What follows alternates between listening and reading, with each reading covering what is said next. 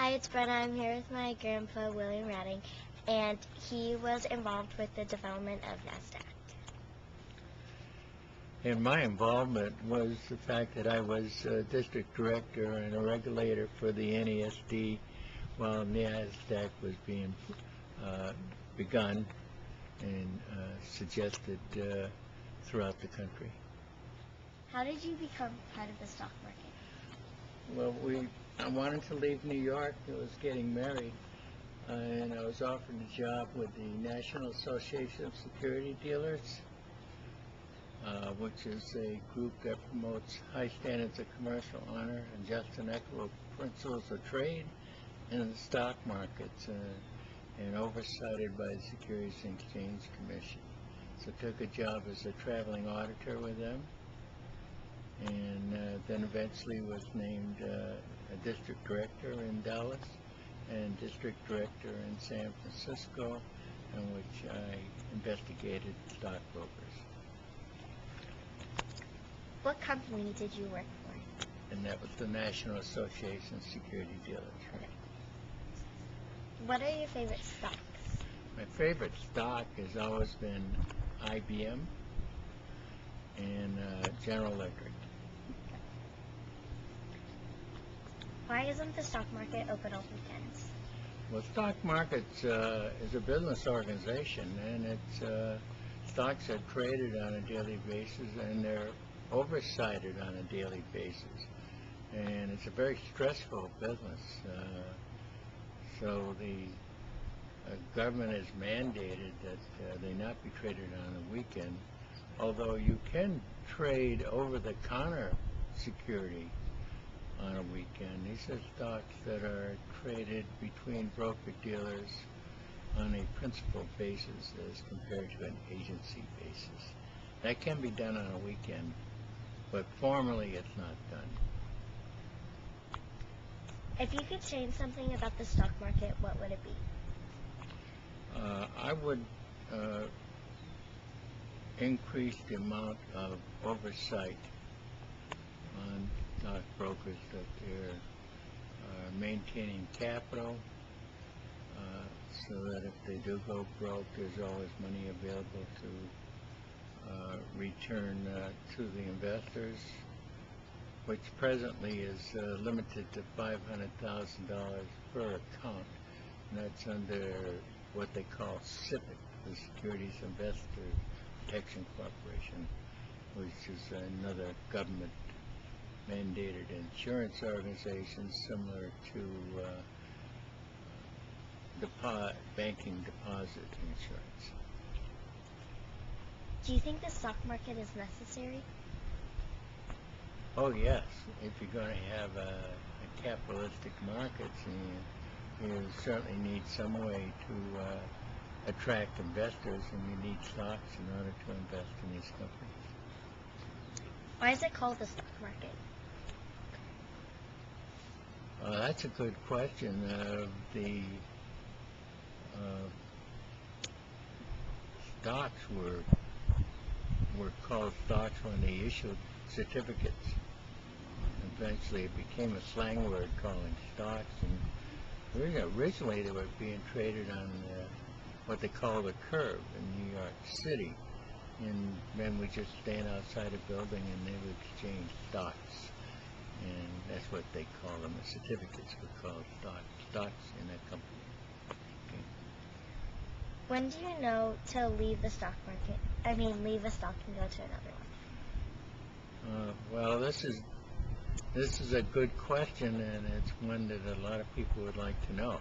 My own opinion is, if you look at the background of a stock down through the years, and it falls percentage-wise, and you're looking at their earnings, and they're not doing well, it's probably a good time to sell that stock and to move on to something else. How does buying and selling stocks really work?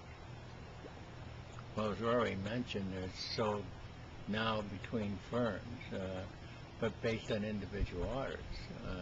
You go to a stockbroker and you order stock, and we'll say in IBM, you buy 100 shares. You either order the stock on the floor of the New York Stock Exchange, or he sell it from his own position.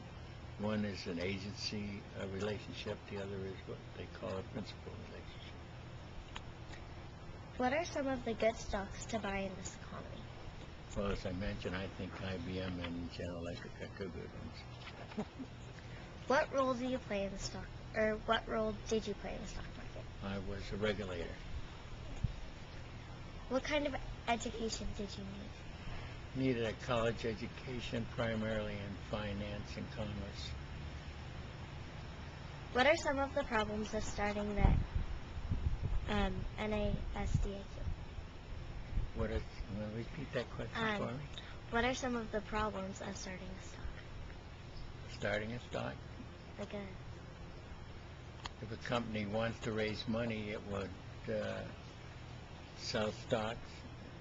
It would start what we call an initial public offering, or an IPO, and then problems start there, because then you have to decide what is the proper price for the initial public offering.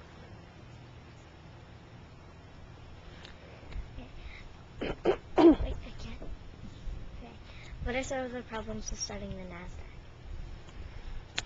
Well, some of the problems with starting NASDAQ came along in the 1960s and 70s. Originally, all of the stocks in NASDAQ were over the counter. They still are. And they were sold between broker-dealers and then to the public. And the NASD would see that they couldn't charge more than a 5% markup on selling those stocks. When computers came along with the government and the Securities and Exchange Commission, the broker-dealers through the NASD, that's why it's called NASDAQ, it's the National Social Security Dealers Automated Quotation System. That's in the symbol is NASDAQ. And they were able to formalize that method of each broker-dealer having a computer in his office, and everybody would put in their bid and ask for a stock into the computer, and that way they could look and see who was offering the best price, so he could get the best price for his customers. Who did you make the NASDAQ? Would you repeat the question? Who did you make the NASDAQ up with? Like, who made the NASDAQ stock? Well, the NASDAQ is, as I say, is the operating system for publishing the quotes, the bid and ask prices on a stock. So they already were there. We merely put them into the computer, and then we put special regulations with regard. They would have to have a certain price, a certain amount of money, and volume of the stock in order to qualify to go on to the computer. Otherwise, they would be listed in what they call a pink sheet, which is still being published. Okay. But do you like Coca-Cola?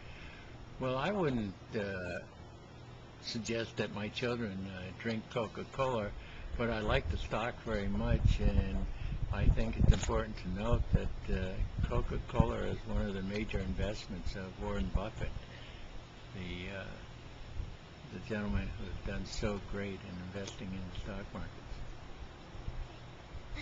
Thank you. Bye. Bye.